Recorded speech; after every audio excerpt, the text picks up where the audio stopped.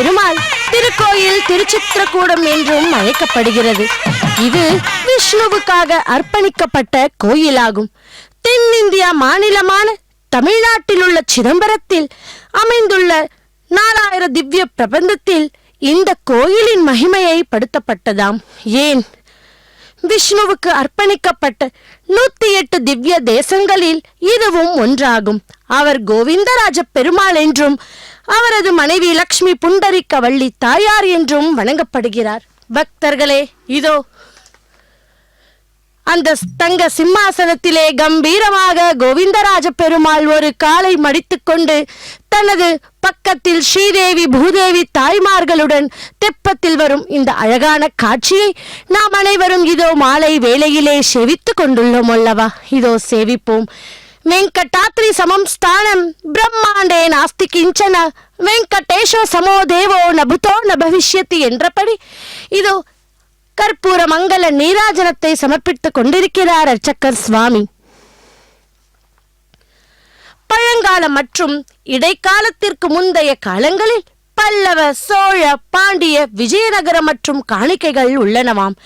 பக்தர்கள் திருமலை ஸ்ரீனிவாச பெருமாளின் அண்ணனாக பக்தர்களால் வழங்கப்படும் கோவிந்தராஜ சுவாமி. இங்குள்ள கோவிந்தராஜ பெருமாள் பெரிய அண்ணா என்றும் பெத்த பெருமாள் என்றும் அழைப்பார்கள். திருப்பதி ஏழுமலையான் கோயிலில் வரவு செலவு யாவுமே இவரின் மேற்பார்வையில் நடப்பதாக ஐதீகம். திருமலையில் வாசம் செய்யும் ஏழுமலையானை தரிசிக்கும் முன்பாக இதோ இங்கே கோவிந்தராஜ பெருமாளையும் அலர்மேல் மங்காபுரம் சென்று பத்மாவதி தாயாரை தரிசனம் செய்ய வேண்டும் என்பதுதான் மரபு. அப்படி மலை மேல் ஏறி வராக தீர்த்த குளத்தில் குளித்துவிட்டு அங்கு வராக மூர்த்தியை தரிசனம் செய்துவிட்டுத்தான் ஏழுமலையானை தரிசனம் செய்ய வேண்டும் அல்லவா? அப்படி திருப்பதி கோவிந்தராஜ பெருமாளை ஏன் முதலில் தரிசிக்க வேண்டும் என்று நீங்கள் கேட்கலாம். சிதம்பரம் நடராஜ ஆலயத்தில் கோவில் கொண்டிருக்கும் கோவிந்தர் ராஜர்தான் இவர் என்கிறது தலப்புராணம். சயன திருக்கோலத்தில் காட்சி தருகிறார் கோவிந்தராஜர். அந்த ஆலயத்திற்குள் அன்னை மகாலட்சுமி தேவியார் புண்டரிகவள்ளி தாயாராக அருள் பாலிக்கிறார். அன்னையின் கருணை பார்வை கிடைத்தாலே போதும் நமக்கு ஏழுமலையானின் அருள் கிடைத்துவிடும் என்பதே நம்பிக்கை. அப்படி இந்த கோவிந்தராஜ பெருமாள் கோவில் 1500 ஆண்டுகளுக்கு முற்பட்டதாகவே உள்ளது. ஏழுமலையான் எழுந்தருளுவதற்கு முன்பாகவே திருப்பதியில் கோவிலில் பெருமாள் கோவிந்தராஜ பெருமாள் கோவில் கட்டப்பட்டு விட்டதால் இவர் அந்த ஏழுமலையானின் அண்ணன். இந்த அண்ணனிடம் தனது கோவில் வருமான கணக்குகளை காண்பிப்பாராம் பெருமாள். பணம், நகை, பக்தர்களின் காணிக்கைகளை கணக்கு பார்ப்பாராம் கோவிந்தராஜர் பெருமாள். இந்த ஆலயத்திலே சத்யபாமா, ருக்மிணி சமேத பார்த்தசாரதி பெருமாளையும் தரிசனம் செய்யலாம். கோவிலின் வலது பக்கத்தில் ஆண்டாள் நாச்சியார் செங்குழலி புஷ்பத்துடன் எழுந்தருளி அருள் பாலிக்கிறார்.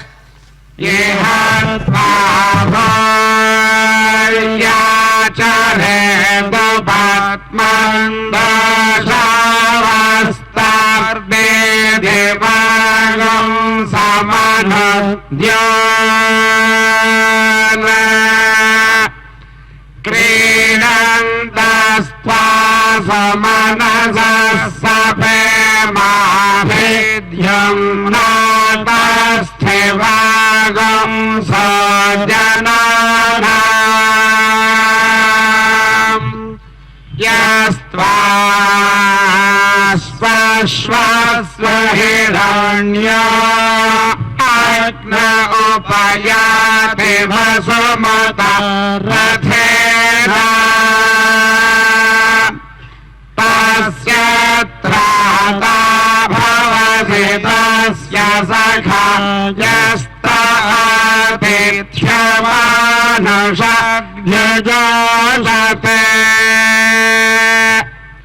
महाराजामि बन्धता वचभिस्तन्माभितर्गतमा तन्विजाय वन्नो अस्य वचसाश्चिकेद्भिहोतैर्यवेष्ठसक्रतो नमो नमः राजस्तनय सुषेभा अतन्द्रसभृका अश्रमिष्ठा ते पायवः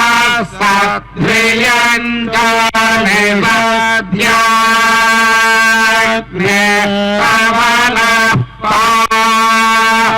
पान्त्वमोरा ये पायवो मामते यन्ते अग्ने पश्यन्तो अन्धन् दुरितादरक्षन्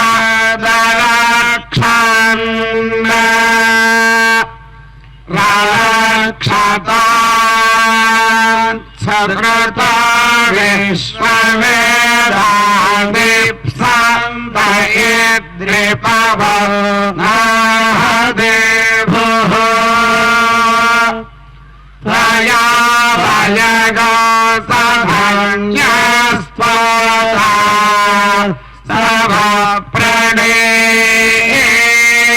सभप्रणेत्यस्य भवजान मुभाषगो सासोदय सत्यतादेनुष्ठया क्रणयः प्रयाणा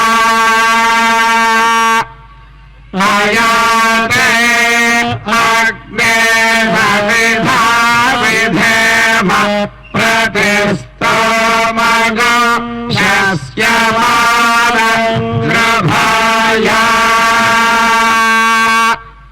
दहाशसो रक्षसः पायस्मा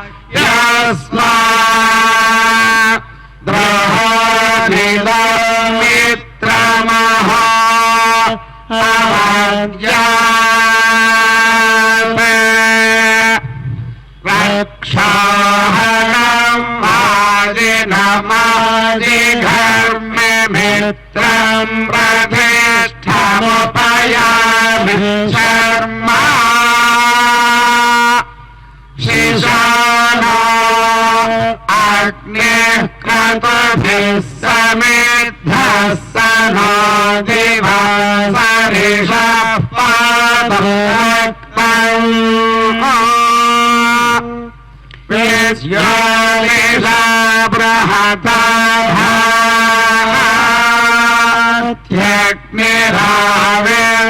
भात्यग्निराविर्विश्वानि कृणुते महित्वा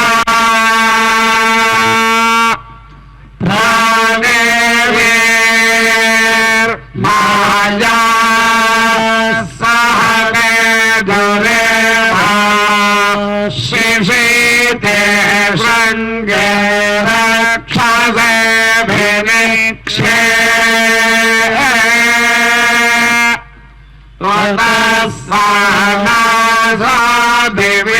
त्वतस्वानासादिविभन्ताग्ने स्थिग्मायुधा रक्षसे हन्तवा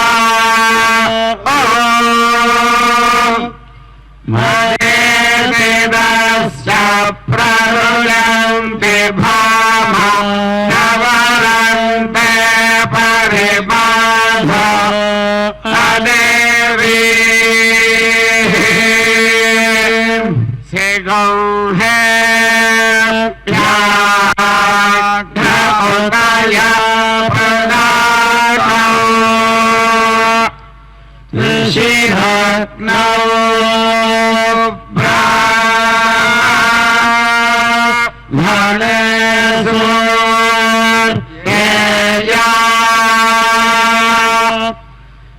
इंद्रय्या देवी सभगा यजना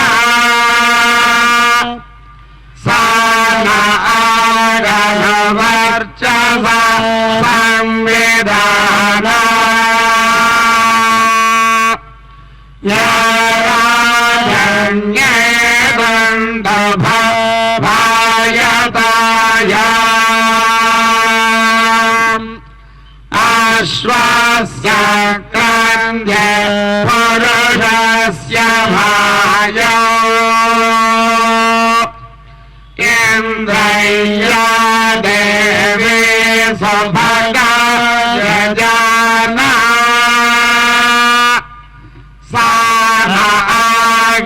सागरवर्चसा संविधाना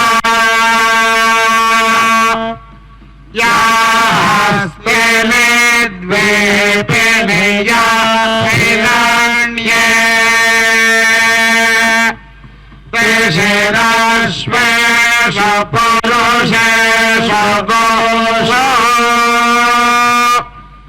इन्द्रय्या देवी सुभगा यजना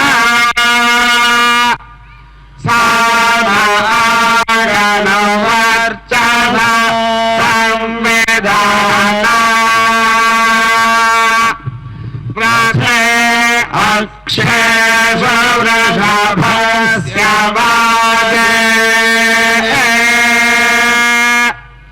वाते पर्जन्ये वरुणस्य शुष्णे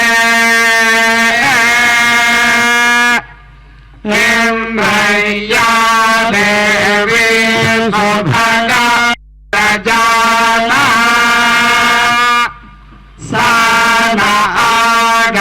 सागरवर्चसा संविधाना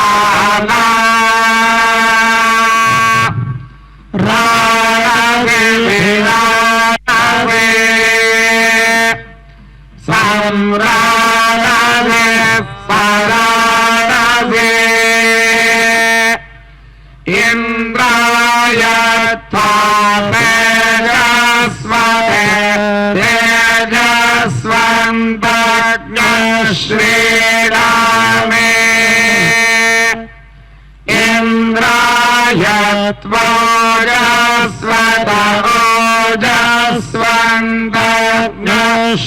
ओजस्वन्तश्रीरामे इन्द्राय त्वापयस्वते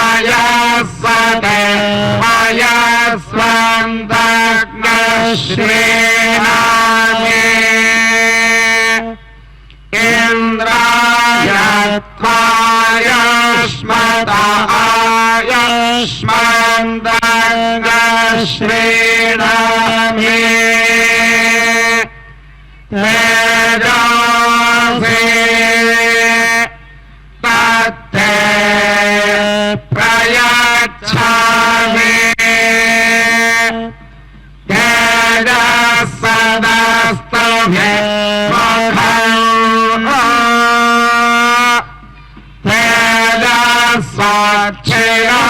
तेजस्वच्छिरस्तभे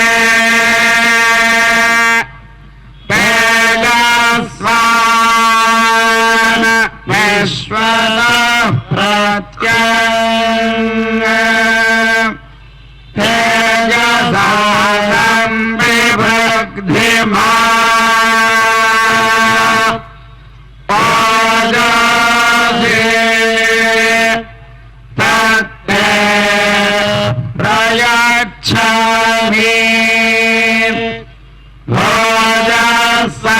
ओजस्सदस्तभे मुखम्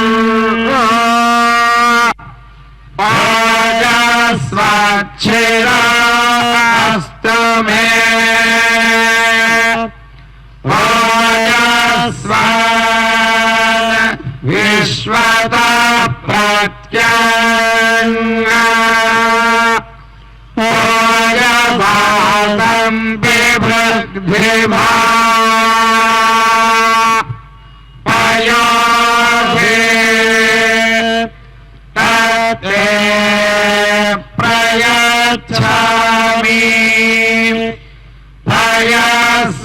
पयस्वदस्तभे मुखम्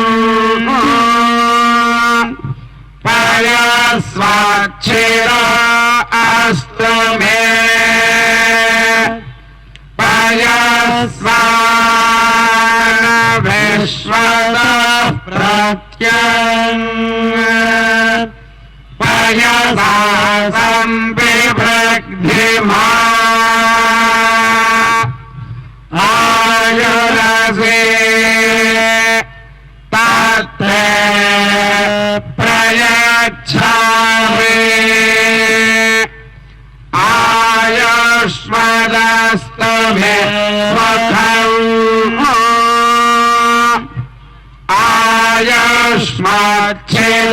स्मच्छिलास्तु मे आयुष्मान विश्वतः प्रत्यन्न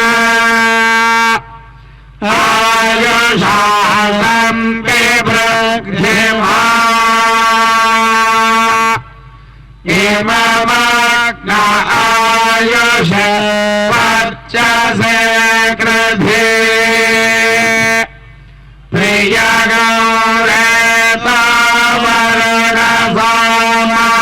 प्रियगौरेतावरणसामराजन्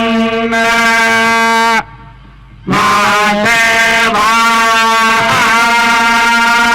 स्मा आदिते शर्मा यच्छा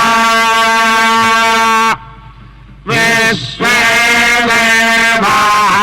देवागवदश्य यथा वदे आयुरसि विश्वायुरसि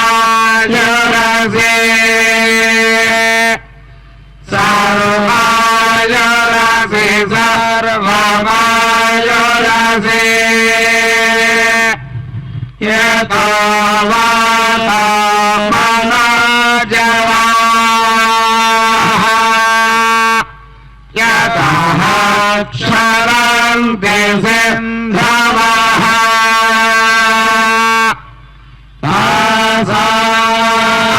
तासां त्वा सर्वासागं व्रजा अभिषिञ्चामि वर्तसा समुद्र इवादिगम्भना सोम इवास्य दाभ्यः अग्निरिव विश्वतः प्रत्यन्न सूर्य इव ज्योतिषा विभुः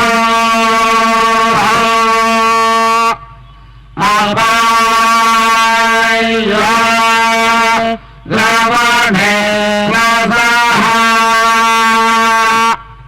तमहमस्मा आवश्यायणाय तेजसे ब्रह्मवर्चसाय गृह्णामि अपाय ऊर्मौरसः तमहमस्मा आवश्यायणाय ओजसे दीर्घाय गृह्णामि अपाय मध्यतो रसः तमहमस्मा आमश्यायणाय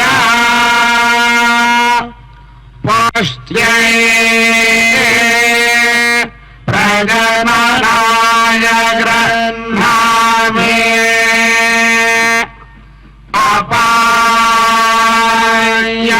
अपायज्ञेय रसः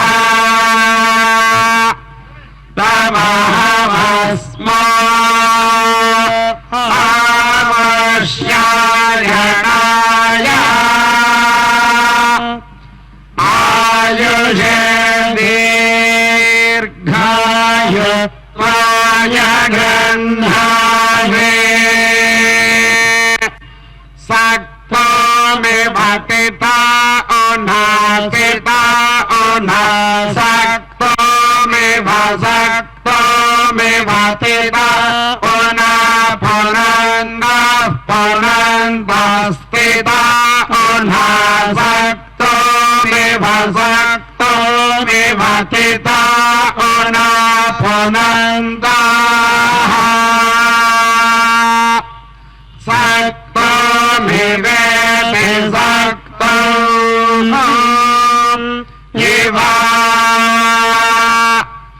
स्थिता उना पुनन्त पुनन्त स्थिता उना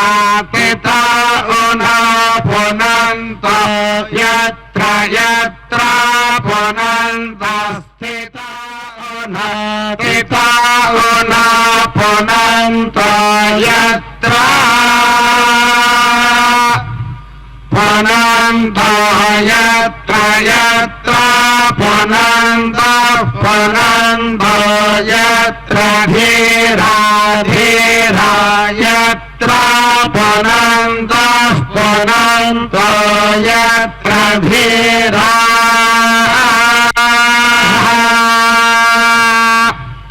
यत्र धीरा धीरा यत्र यत्र धीरा मनसा मनसा धीरा यत्र यत्र धीरा मनसा धीरा मनसा मनसा धीरा धीरा मनसा वाचं वाचं मनसा धीरा धीरा मनसा वाचं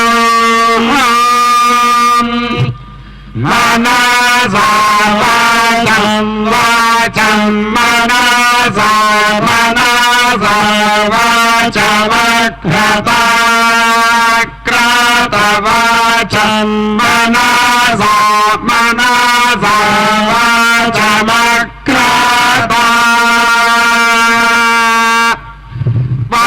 वाचमक्रता क्रत वाचं वाचमक्रता अक्रते त्यक्रता अत्र सखाय सखाय त्र सखाय सख्यानि सख्यानि सखाय त्र सखाय सख्यानि सखाय सख्यानि सख्यानि सखाय सखाय सख्यानि जानते जानते सख्यानि सखाय सखाय सख्यानि जानते सख्यानि जानते जानते सख्यानि सख्यानि जानते भद्रा भद्रा जानते सख्यानि सख्यानि जानते भद्रा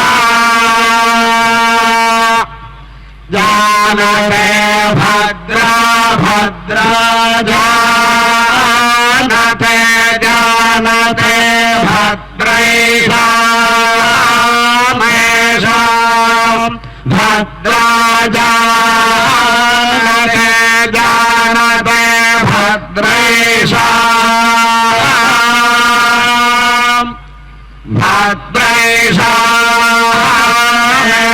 भद्रैषामेषां भद्रा भद्रैषां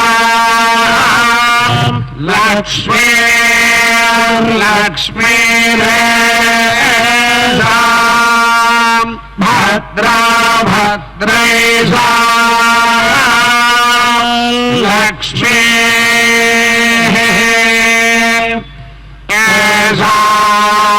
लक्ष्मी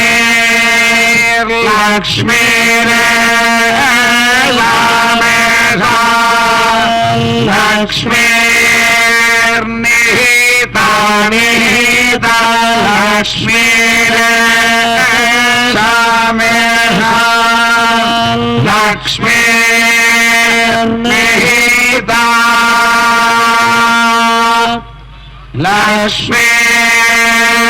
लक्ष्मीर्निहिता निहिता लक्ष्मीर्निहिता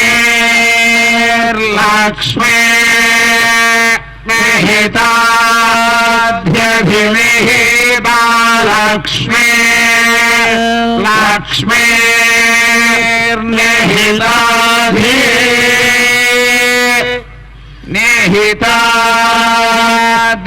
निहिताध्यभिनिहिता निहिताधिवाचि वाच्यभिनिहिता निहिताधिवाचि निहितेति निहिता अधिवाचि वाच्याध्यधिवाचि वाचेति वाचे अग्ने नय नयाग्ने नय सुपथा सुपथा नयाग्ने नय सुपथा नय सुपथा सुपथा नय नय सुपथा राजे राजे सुपथा नय नय सुपथा राजे सुपथा राजे राजे सुपथा सुपथा राजे अस्मान् अस्मान् राजे सुपथा सुपथा राजे अस्मान् स्वपथेति स्वपथा राजे अस्मान् अस्मान् राजे राजे अस्मान् विश्वानि विश्वानि अस्मान् राजे राजे अस्मान् विश्वानि अस्मान् विश्वानि विश्वान्यस्मान् अस्मान् विश्वानि देवदेव विश्वान्यस्मान् अस्मान् विश्वानि देवा विश्वानि देवदेव विश्वानि विश्वानि देव भजनानि भजनानि देव विश्वानि विश्वानि देव भजनानि देव भजनानि भजनानि देव देव भजनानि विद्वान् विद्वान् भजनानि देव देव भजनानि विद्वान् भजनानि विद्वान् विद्वान् भजनानि भजनानि विद्वान् विद्वानिति विद्वान्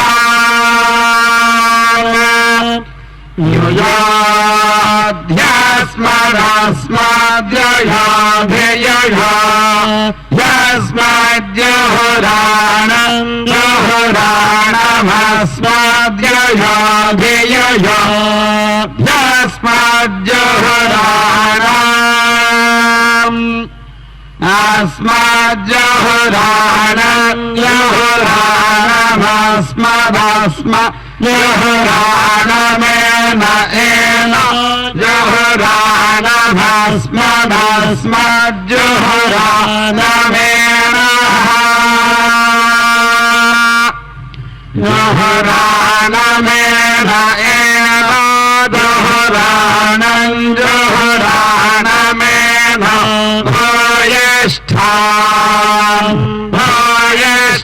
भूयिष्ठामेन जुहुराणम् जुहुराणमेन भूयिष्ठाम् एन भूयिष्ठ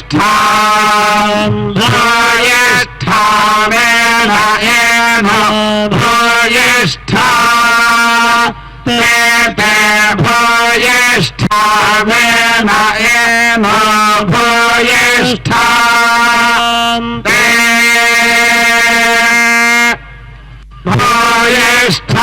भूयिष्ठान्ते ते भूयिष्ठान्ते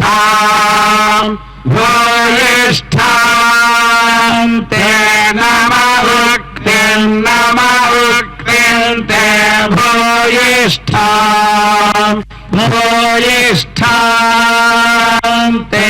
नमोक्तिम् ते नमोक्तिन्ते ते नमोक्तिं विधेम नमोक्तिन्ते ते नमोक्तिं विधेम नमोक्तिं विधेम नमोक्तिं विधेम नमोक्तिमिति नमः उक्तिम् विधेमेति विधेम जीवातश्च च जीवातर्जीवातश्च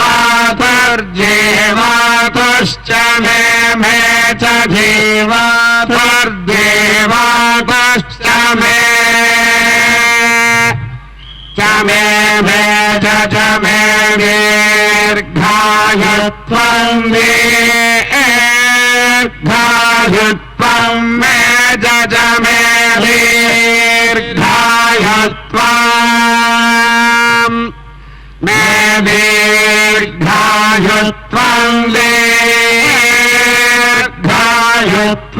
मे दीर्घायुत्वं च दीर्घायुत्वं मे दीर्घायुत्वं च दीर्घायुत्वं च दीर्घायुत्वं दीर्घायुत्वं च मे च दीर्घायुत्वं दीर्घायुत्वं च मे दीर्घायुत्वमिति दीर्घायुत्वं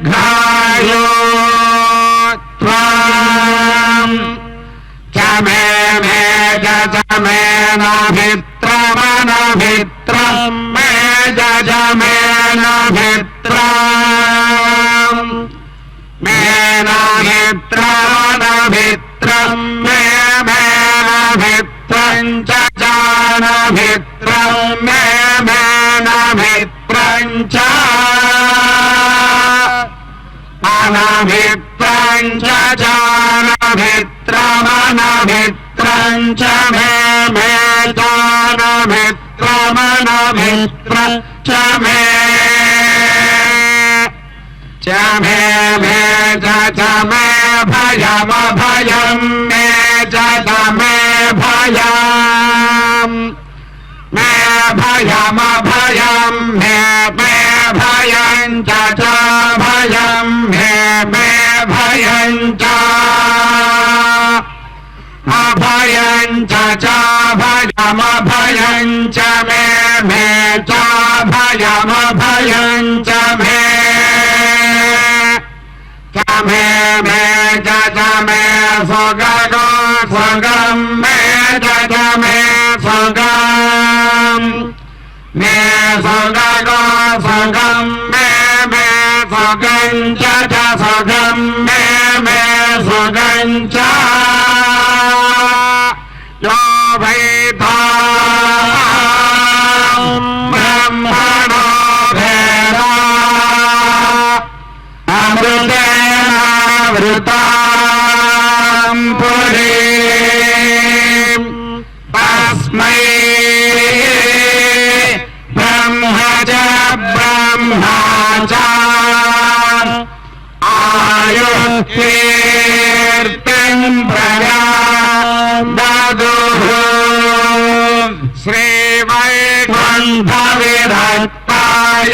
स्वामी पुष्करिणी तटे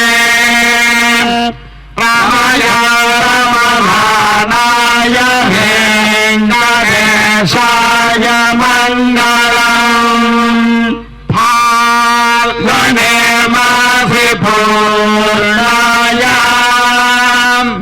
उत्तरक्षेन्दुवासरे गोविन्दराजो भगवान् प्रादुराशे महामुनेयकान्ताय कल्याणनिधये निधयेऽर्थिनाम् श्रीवेङ्कटनिवासाय श्रीनिवासाय मङ्गलम्. அகிலாண்ட கோட்டி பிரம்மாண்ட நாயக்கா கோவிந்தா கோவிந்தா. பக்தர்களே, இதோ திருப்பதியிலிருந்து நேரடி ஒளிபரப்பில் நாம் கோவிந்தராஜ சுவாமி வாரினுடைய வருடாந்திர தெப்போற்சவத்தை முன்னிட்டு இதோ 5ஆம் நாளான இன்று இந்த மாலை வேளையிலே வண்ண வண்ண மின் விளக்குகளால் அலங்கரித்து நமக்கெல்லாம் அற்புதமான காட்சியை காட்டிக்கொண்டிருக்கிறார் ஸ்ரீ வெங்கடேஸ்வர பக்தி தொலைக்காட்சியின் மூலமாக. இதோ நாம் கோவிந்தராஜ சுவாமி பெருமாளுடைய தெப்போற்சவ கைங்கரியத்தை செவித்துக் கொண்டுள்ளோம். சிரசி வஜ்ர கிரீட்டம், வதனே சசிவர்ண பிரகாசம், பாலே கஸ்தூரி ஸ்ரீகந்த திலகம், கர்ணே வஜ்ர குண்டல சோபிதம், நாசிகாயாம் சுவாசிக்க புஷ்பதலம், நயனே சசி மண்டல பிரகாசம், கண்டே ஸ்வர்ண புஷ்ப மாலாங்கிருதம், ஹிருதயே ஸ்ரீனிவாச மந்திரம் என்று இதோ நாம் கோவிந்தராஜ சுவாமி பெருமாளினுடைய தெப்போற்சவத்தை முன்னிட்டு 5ஆம் நாளான இன்று ஸ்ரீதேவி பூதேவி சமேத ஸ்ரீ கோவிந்தராஜ சுவாமி பெருமாள் இதோ தெப்பத்திலே பவனி வந்து கொண்டிருக்கும் காட்சியை தான் செவித்துக் கொண்டுள்ளோம். பக்தர்களே, ஸ்ரீ கோவிந்தராஜ சுவாமி பகவான் வெங்கடேஸ்வரரின் மூத்த சகோதரர் ஆவார் என்பது நாம் அனைவருக்கும் தெரிந்ததே அல்லவா?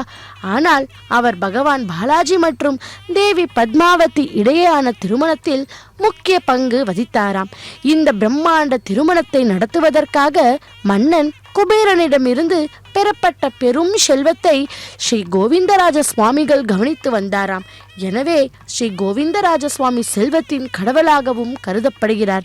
எனவே முதலில் பார்த்த சாரதி, சத்யபாமா, ருக்மிணி ஆகியோர் வீற்றிருந்து 12ஆம் நூற்றாண்டு வரை பார்த்தசாரதி சுவாமி கோயில் என்று அழைக்கப்பட்ட இந்த கோவில் 13ஆம் நூற்றாண்டு முதல் கோவிந்தராஜ சுவாமி கோவில் என்றும் அழைக்கப்பட்டதாம். அதன் பிறகு கிபி 1130இல் ராமானுஜர் கோவிந்தராஜ சுவாமி மூர்த்தியை பிரதிஷ்டை செய்ததால் ஏறக்குறைய 700 ஆண்டுகளாக இக்கோவில் கோவிந்தராஜ சுவாமி கோவில் என்றும் பிரபலமாகிவிட்டதாம். இந்த கோயில் முதலில் பகவான் பார்த்தசாரதியின் இருப்பிடமாகவே இருந்தது. ஆனால் பார்த்தசாரதியின் மூர்த்தியை காணவில்லை என்பதை உணர்ந்தாராம். அவரது ஆர்வம் விசாரணைக்கு வழிவகுத்து மற்றும் கோவில் வளாகத்தில் உள்ள திறந்த மண்டபத்தில் நீண்ட காலத்திற்கு முன்பு கட்டப்பட்ட சுவர்களை உடைத்ததாம். அனைவரையும் ஆச்சரியப்படுத்தும் வகையில் கோயிலின் முக்கிய மூர்த்திகளான பகவான் பார்த்தசாரதி, சத்யபாமா மற்றும் ருக்மிணி ஆகியோர் கிட்டத்தட்ட 700 ஆண்டுகளாக அப்படியே இருந்தன. இந்த முக்கிய மூர்த்திகள் தேவையான சடங்குகளை செய்த பின் கோவிலில் அவற்றின் அசல் இடத்திற்கும் மீட்டெடுக்கப்பட்டாராம். ஒரு நாட்டின் வரலாற்றை பாதுகாப்பது அதன் வயது, நாகரிகம், கலாச்சாரம் மற்றும் பாரம்பரியம் ஆகியவற்றின் பின்னணியில் தொடர்ச்சி மற்றும் பரிணாமத்தை நிறுவுவதற்கு மிகவும் முக்கியமானது. சில சமயங்களில் பல்வேறு காரணங்களால் சில வரலாற்று உண்மைகள் பொது நினைவில் இருந்து மறந்துவிடும் அல்லவா? அப்படி திருப்பதியில் உள்ள கோவிந்தராஜ சுவாமி கோவில் அத்தகைய ஒரு உதாரணம். ஆனால் அதன் வரலாறு அதிர்ஷ்டமாக மீட்டெடுக்கப்பட்டது. இந்த கோவில் ஆந்திர மாநிலத்தில் உள்ள சித்தூர் மாவட்டத்தில் உள்ள பெரிய கோவில்களில் ஒன்றாகும். இந்த கோபுரத்தில் உள்ள சிற்பங்கள் பகவானின் பாகவதம், ராமாயணம் மற்றும் பகவானந்த எம்பெருமானின் காட்சிகளையே சித்தரிக்கப்படுகிறது. பக்தர்களே, இந்த கோவிலின் மூலவர் கோவிந்தராஜர் திருமலையில் குடிக்கொண்டுள்ள வெங்கடேஸ்வரருக்கு மூத்தவர் என கருதப்படுகிறது. ஆதிசேஷன் மீது யோக நித்ரையில் கிழக்கு நோக்கி காட்சியளிக்கும் கோவிந்தராஜரின் காலடியில் ஸ்ரீதேவி மற்றும் பூதேவி உடன் உறைந்துள்ளாராம். அப்படிப்பட்ட அந்த கோவிந்தராஜ சுவாமிவாரனுடைய வருடாந்திர தெப்போற்சவை முன்னிட்டு இதோ 5ஆம் நாளான இன்று இந்த மாலை வேளையில் ஸ்ரீதேவி பூதேவி சமயத்த கோவிந்தராஜசுவாமி பெருமாளினுடைய அந்த தெப்போற்சவத்தில் பவனி வந்து கொண்டிருக்கும் அழகான காட்சியை பக்தர்கள் அனைவரும் கூட வீட்டில் இருந்தபடியே சேவிப்போம். காயோடு நீடு கனியுண்டு வீசு கடங்கால் நுகர்ந்து நெடுங்காலம் 5 தீயோடு நின்று தவம் செய்ய வேண்டா திருமார்பனை சிந்தையுள் வைத்து மென்பேர் வாயோது வேதம் மலர்கின்ற தொல்சீர் மறையாளர் நாளும் முறையால் வளர்த்த தீயொங்க வெங்காங் புகழோங்க தில்லை திருச்சித்திரக்கூடம் சென்று சேர் மின்மகளே என்று திருமங்கை ஆழ்வாரினுடைய பாசனம். பக்தர்களே, இதோ திருச்சித்திரக்கூடம் என்று அழைக்கப்படும் இந்த கோவிந்தராஜ சுவாமி அங்கே பார்த்தசாரதி சக்கரவர்த்தி திருமகன் மற்றும் புண்டரிக்கவள்ளி தாயார் என்று போற்றப்படுகிறார். 108 திவ்ய தேசங்களிலே சிதம்பரம் கோவிந்தராஜ பெருமாள் ஆலயம் திவ்ய தேசம் 40வது இடத்தில் இருக்கிறதாம். அப்படிப்பட்ட அந்த கோயிலை பற்றி நாம் சற்றே பார்ப்போம். பெருமாளின் மங்களா சாசனம் பெற்ற 108 திவ்ய தேசங்களில் இது 40வது திவ்ய தேசம். மகாவிஷ்ணுவின் நாபி கமலத்தில் இருக்கும் பிரம்மா 4 முகங்களுடன் அமர்ந்த கோலத்தில் தான் இருப்பாராம். ஆனால் இங்கு வித்தியாசமாக நின்ற கோலத்தில் இருக்கிறார். பஞ்சபூத தலங்களில் ஆகாய தலமான இங்கு மகாவிஷ்ணு ஆகாயத்தை பார்த்தபடி இருப்பது சிறப்பு. இங்கு மூலவர் சன்னதியின் மேல் உள்ள விமானம் சாத்விக விமானம் எனப்படும். உற்சவர் தேவாதி தேவன் தாயார்களுடன் அமர்ந்த கோலத்திலும் மற்றொரு உற்சவர் சித்திர கூடத்துள்ளான் சுவாமியின் ஓம் நமோ வெங்கடேஷாய. பக்தர்களே, இதோ திருப்பதியில் இருந்து நேரடி ஒளிபரப்பில் ஸ்ரீ கோவிந்தராஜ சுவாமி பெருமாளினுடைய வருடாந்திர தெப்போற்சவத்தை முன்னிட்டு மாலை வேளையிலே இதோ 5ஆம் நாளான இன்று ஸ்ரீதேவி பூதேவி சமயத்த ஸ்ரீ கோவிந்தராஜ சுவாமி பெருமாளை இந்த தெப்பத்திலே செவித்து கொண்டிருக்கிறோம். பக்தர்களே, இதோ தெப்பத்திலே கோவிந்தராஜ சுவாமி பெருமாள் ஒரு காலை மடித்துக்கொண்டு இதோ பவனி வந்து கொண்டிருக்கும் அந்த அழகான அற்புதமான காட்சியை செவித்து கொண்டுள்ளோம். கவேரன் என்னும் கலிங்க நாட்டு அரசனுக்கு லோபமுத்திரை என்னும் மகள் இருந்தாளாம். லோபமுத்திரையை திருமணம் செய்து கொண்ட அகத்தியர் அவளை காவேரி நதியாக மாற்றினாராம். அந்நிலையில் தினமும் நீராடிய கவரேனும் அவன் மனைவியும் தங்கள் மகளிடம் முக்தியடைய வழி கேட்டனர். அவர்கள் முன் தோன்றிய காவேரி தில்லை நகர் சென்று பெருமாளை குறித்து தவம் செய்து வந்தால் அவர் தரிசனத்தால் முக்தி கிடைக்கும் என்றாளாம். அதன்படி கவேரனும் அவன் மனைவியும் இத்தலத்திற்கு வந்து தவம் இருந்தனர். அவர்களுக்கு மகாவிஷ்ணு ஸ்ரீதேவி பூதேவியுடன் கடலில் பள்ளி கொண்ட கோலத்தில் காட்சி தந்து மோட்சம் கொடுத்தாராம். மகாவிஷ்ணுவின் நாபி கமலத்தில் இருக்கும் பிரம்மா 4 முகங்களுடன் அமர்ந்த கோலத்தில் தான் இருப்பார் அல்லவா? ஆனால் இங்கு வித்தியாசமாக நின்ற கோலத்தில் இருக்கிறாராம். தன்னை படைத்த மகாவிஷ்ணு நடன போட்டிக்கு தீர்ப்பு சொல்லுவதற்காக சபையில் இருந்தபோது அவருக்கு மரியாதை கொடுப்பதற்காக பிரம்மா நின்றபடியே இருந்தாராம். இதை உணர்த்தும் விதமாக இங்கு பிரம்மா நின்ற கோலத்தில் இருக்கிறார் என்கிறார். பஞ்சபூத தலங்களில் ஆகாய தலமான இங்கு மகாவிஷ்ணு ஆகாயத்தை பார்த்தபடியே இருந்தது சிறப்பு. பக்தர்களே, கடலில் பள்ளி கொண்டிருக்கும் பெருமாளை மெத்தையாக இருந்து தாங்குபவரே ஆதிசேஷன். ஒரு சமயம் அவர் சிவனது திருவிளையாடல்களையும் அவரது தாண்டவங்களையும் கேட்டு தாண்டவ தரிசனம் செய்ய ஆர்வம் கொண்டாராம். எனவே மகாவிஷ்ணு அவரை சிவனின் திருநடனம் காண அனுப்பி வைத்தார். பூலோகத்தில் வியாக்ரபாதா மகரிஷியுடன் நட்பு கொண்ட அவர் இத்தலத்தில் நடராஜரின் திருநடன கோலத்தை தரிசித்தாராம். பின் கோவிந்தராஜரை வணங்கி மோட்சம் பெற்று மீண்டும் பார்க்கடல் திரும்பினாராம். இவர் பிரகாரத்தில் சுவாமியின் பாதத்திற்கு நேரே அவரை வணங்கிய கோலத்தில் தனி சன்னதியில் இருக்கிறார். இவரிடம் வேண்டிக் கொண்டால் சிவன் விஷ்ணு இவரது அருள் கிடைக்கும் உதவி செய்வார் என்பதே நம்பிக்கை. பக்தர்களே, அசுர குலத்தை சேர்ந்த தில்லி என்பவள் பெருமாளிடம் தான் மரங்கள் நிறைந்த வனமாக இருக்க விரும்புவதாகவும் அவ்விடத்தில் சுவாமி எழுந்தருள வேண்டும் என்று வேண்டினாளாம். விஷ்ணுவும் அருள் புரிய அவளே சிதம்பரத்தில் தில்லை மரங்களாக வளர்ந்து நிற்க விஷ்ணு இத்தலத்தில் பள்ளி கொண்டார். தலமும் தில்லை நகர் எனப்பட்டது. தாயார் புண்டரிக்கவள்ளி தனி சன்னதியில் இருக்கிறார். பிரகாரத்தில் சுவாமியின் பாதத்திற்கு நேரே அவரது திருவடிகளும் இருக்கிறது. இதனை வணங்குபவர்களுக்கு மோட்சம் கிடைக்கும் என்பது நம்பிக்கை. கஜேந்திர வரதரை தூக்கிய கோலத்தில் கருடாழ்வார், நரசிம்மர், வேணுகோபாலர், பதஞ்சலி மகரிஷி, ஆண்டாள், ஆஞ்சநேயர் ஆகியோரும் இருக்கின்றனராம். பக்தர்களே, அப்படிப்பட்ட அந்த கோவிந்தராஜசுவாமி பெருமாளுடைய வருடாந்திர தெப்போற்சவத்தை முன்னிட்டு இதோ 5ஆம் நாளான இன்று இப்பொழுது நாம் செவித்து கொண்டிருப்பது ஸ்ரீதேவி பூதேவி சமயத்து ஸ்ரீ கோவிந்தராஜசுவாமி பெருமாளை. ஒரு சமயம் காசிராஜன் அனபத்தியனாய்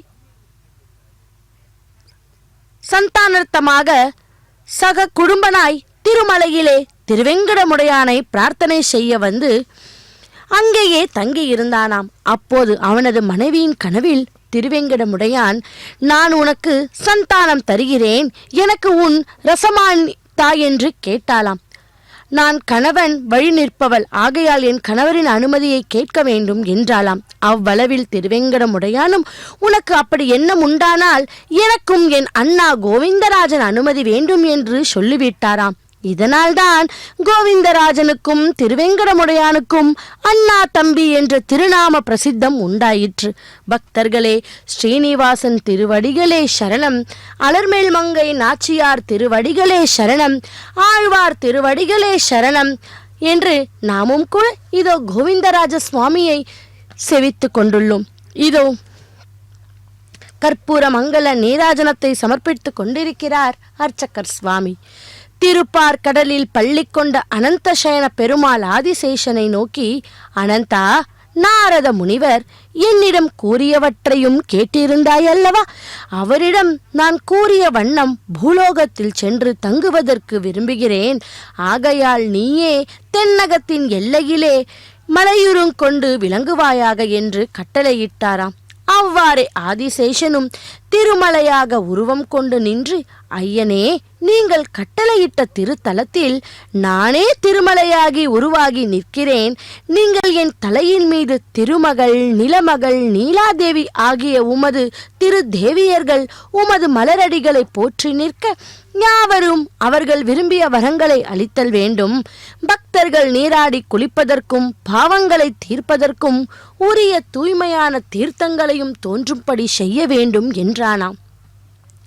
அதற்கு பகவானும் அவ்வாறே ஆதிசேஷனுக்கு வரம் தந்துவிட்டு பின்னர் தமது தேவியரையும் அங்கு செல்லும்படி கட்டளையிட்டு சேனா முதலையை பார்த்து பிரம்மன், அரண், இந்திரன் முதலிய தேவர்களையும் ஆதிசேஷன் மலையாக அமைந்த இடத்துக்கு செல்லுமாறு பணிவித்தாராம்.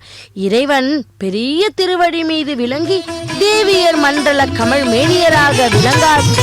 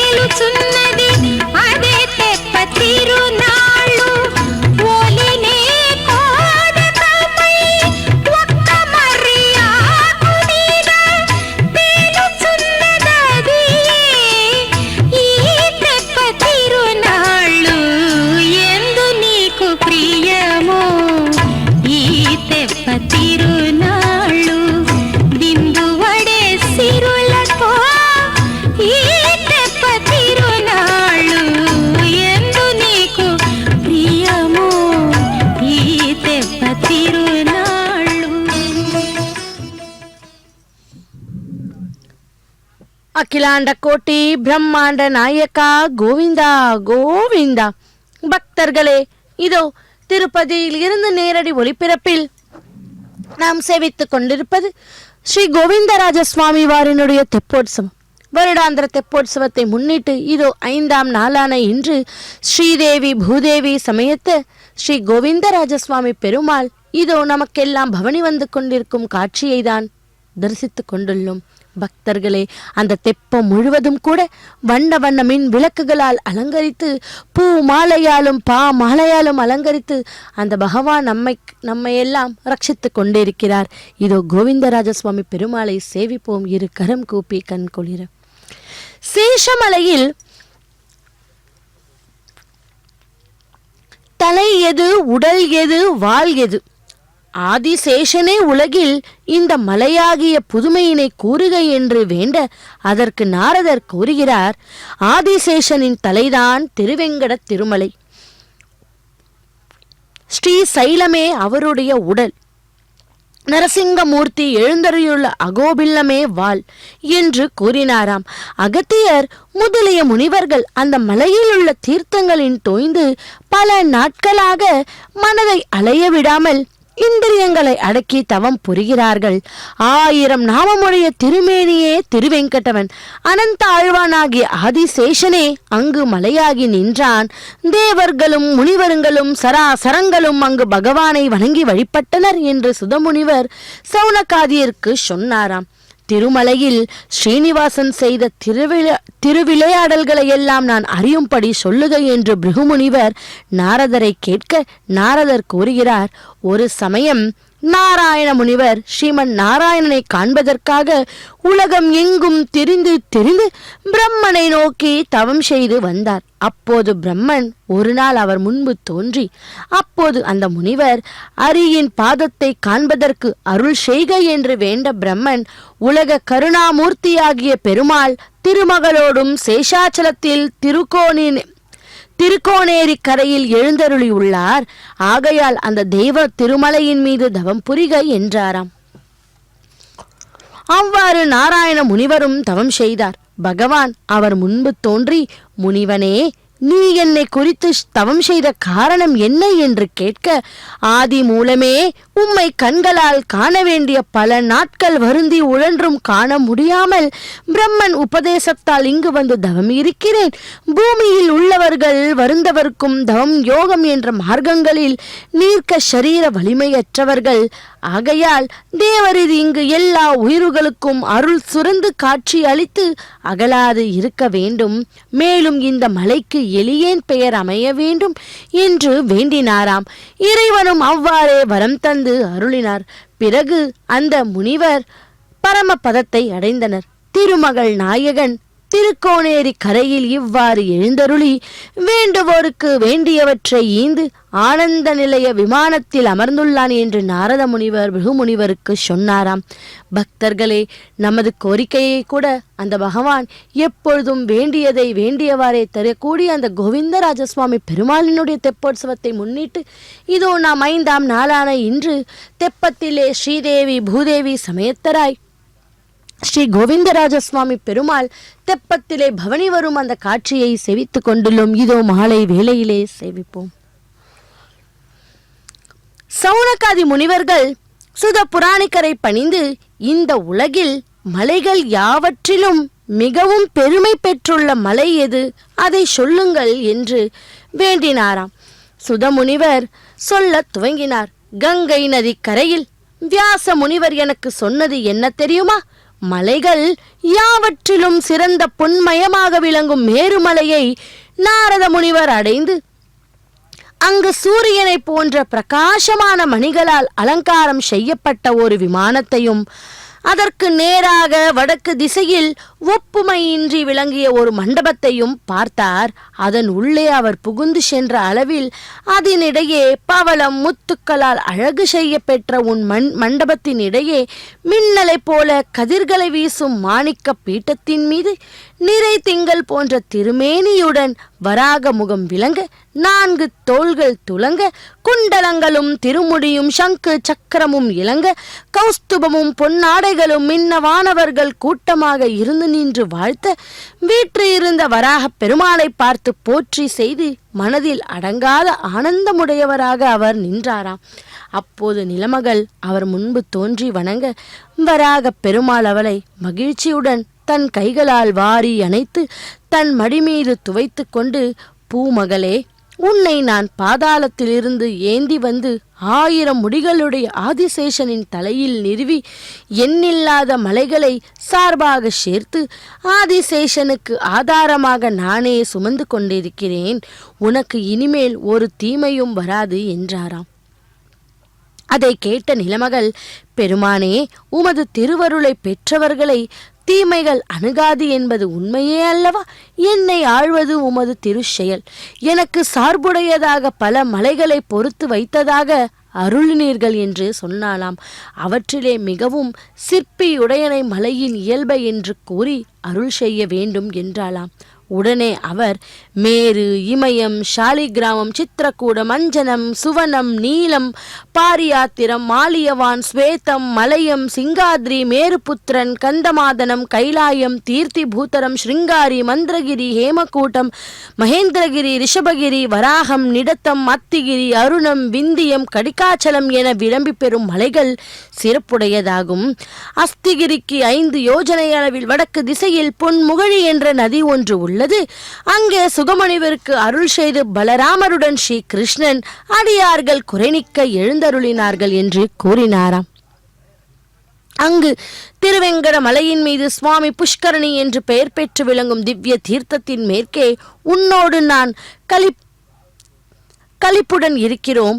எமக்கு வலப்பக்கத்தில் எல்லாமும் தானாக விளங்கும் ஸ்ரீனிவாசமூர்த்தி சேர்ந்துள்ளார். அந்த திருமலை திரேதாயுகத்தில் அஞ்சனாத்ரி என்று பெயரை பெற்றது.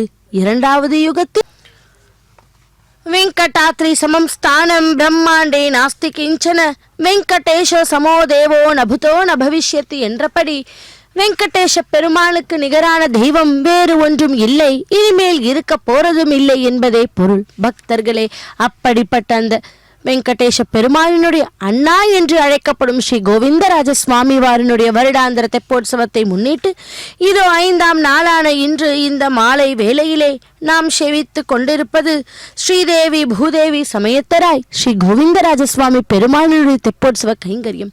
இதோ தெப்பத்திலே ஸ்ரீதேவி பூதேவி சமயத்த ஸ்ரீ கோவிந்தராஜ பெருமாள் பவனி வந்து கொண்டிருக்கும் அந்த காட்சியைத்தான் சேவித்து கொண்டுள்ளோம்.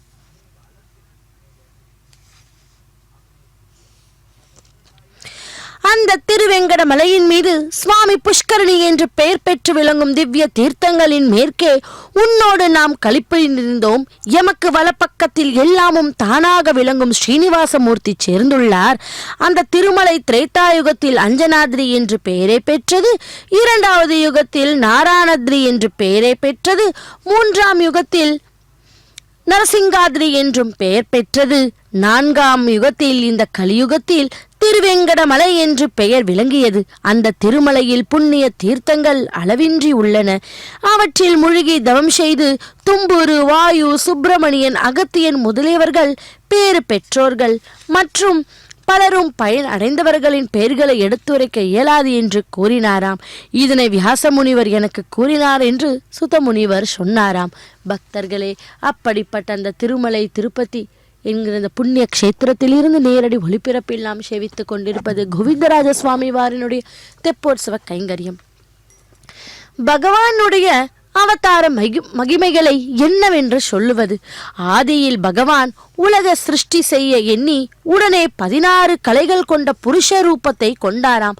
அந்த விராட் புருஷனின் உடலில் இருந்தே தேவர்கள், மனிதர்கள் தோன்றினார். உலகமும் விரிவடைந்தது.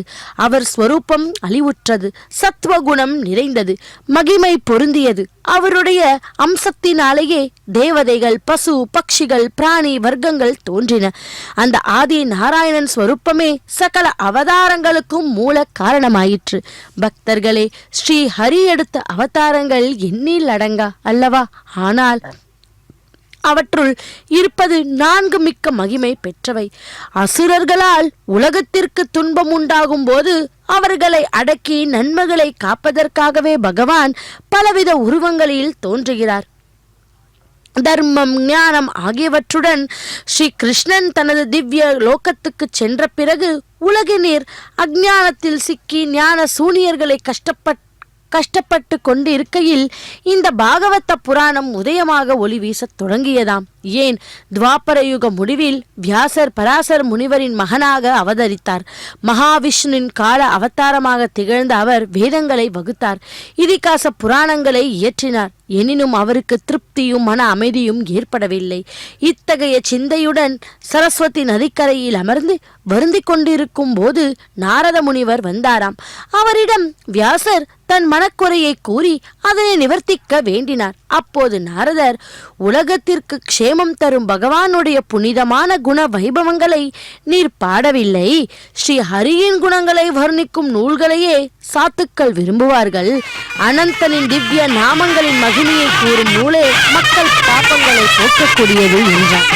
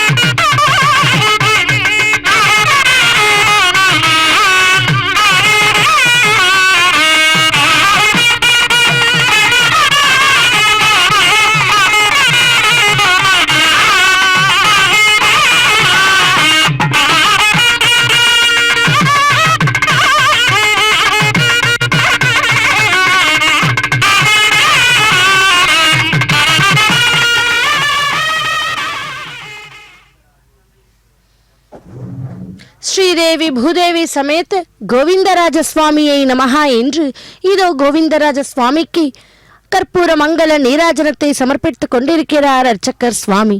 பக்தர்களே, திருப்பதியில் இருந்து நேரடி ஒளிபரப்பில் ஸ்ரீதேவி பூதேவி சமேத்தராய் ஸ்ரீ கோவிந்தராஜ சுவாமி வாரினுடைய தெப்போற்சவ கைங்கரியத்தை செவித்துக் கொண்டுள்ளோம். இதோ தெப்பத்திலே கம்பீரமாக ஒரு காலை மடித்துக்கொண்டு தனது தேவியர்களுடன் பவனி வந்து கொண்டிருக்கும் இந்த காட்சியை நாம் அனைவரும் வீட்டில் இருந்தபடியே கோவிந்த நாமத்தை சொல்லிக்கொண்டே சேவிப்போம். ஹரியின் குணங்களை பாடி கேட்பதிலாயே சாத்துக்கள் மகிழ்ச்சி அடைகின்றனர். ஆகவே ஸ்ரீ ஹரியின் குணங்களை பாடுங்கள், பக்தியின் பெருமையை கூறுங்கள், சமாதியில் அமர்ந்து பகவானுடைய லீலைகளை தியானித்து எழுதுங்கள், பரமானந்தம் பெறுவீர், உலக நன்மை ஏற்படும், பந்தங்களிலிருந்து விடுபட்டு அமைதியை பெறுவீர் என்றாராம் நாரதர். மேலும் எவன் ஒருவன் தனது ஸ்வதர்மத்தையும் விட்டு பகவானுடைய சரண கமலங்களில் பக்தியுடன் சேவித்து வருகிறானோ அவன் அதன் பயனை அடைவதற்கு முன்பே மரணம் அடைந்தாலும் அவனுக்கு நற்பேரே கிட்டும் என்றாராம். எடுத்துக்காட்டாக தனது பூர்வ ஜென்ம வரலாற்றை கூறினாராம். அவர் முற்பிறவியில் வேத வித்துக்களிடம் வேலைக்காரியின் மகனாக தோன்றியதாகவும் அவர்களுக்கு பக்தி ஸ்ரத்தையுடன் அவர் பணிவிடை செய்து வந்ததாகவும் அதனால் அவர்களிடம் பிரம்ம வித்தையை உபதேசம் பெற்றதாகவும் தான் எதையும் பகவத் தர்ப்பணமாகவே செய்து வந்ததாகவும் அதனால் பக்தி ஞானம் வளர்ந்ததாகவும் கூறினாராம். தாயார் இறந்தபோது அவ்விடம் விட்டு வடக்கே புறப்பட்டு செல்ல பசி தாகத்தினால் சோர்வு ஏற்பட்டது. அங்குள்ள நதியில் நீராடி நீரருந்தி அரச மரத்தினடியில் அமர்ந்து உபதேச மந்திரத்தை ஜபித்து இதயத்திலே பரமாத்மாவை தியானித்து வந்ததா.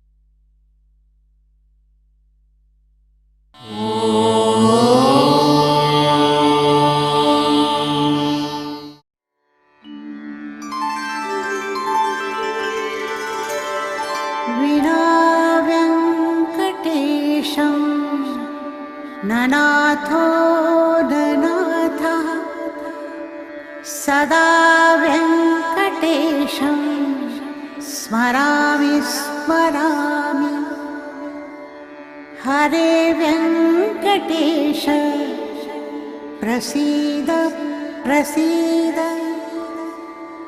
प्रियं वेङ्कटेश प्रयच्छ प्रयच्छ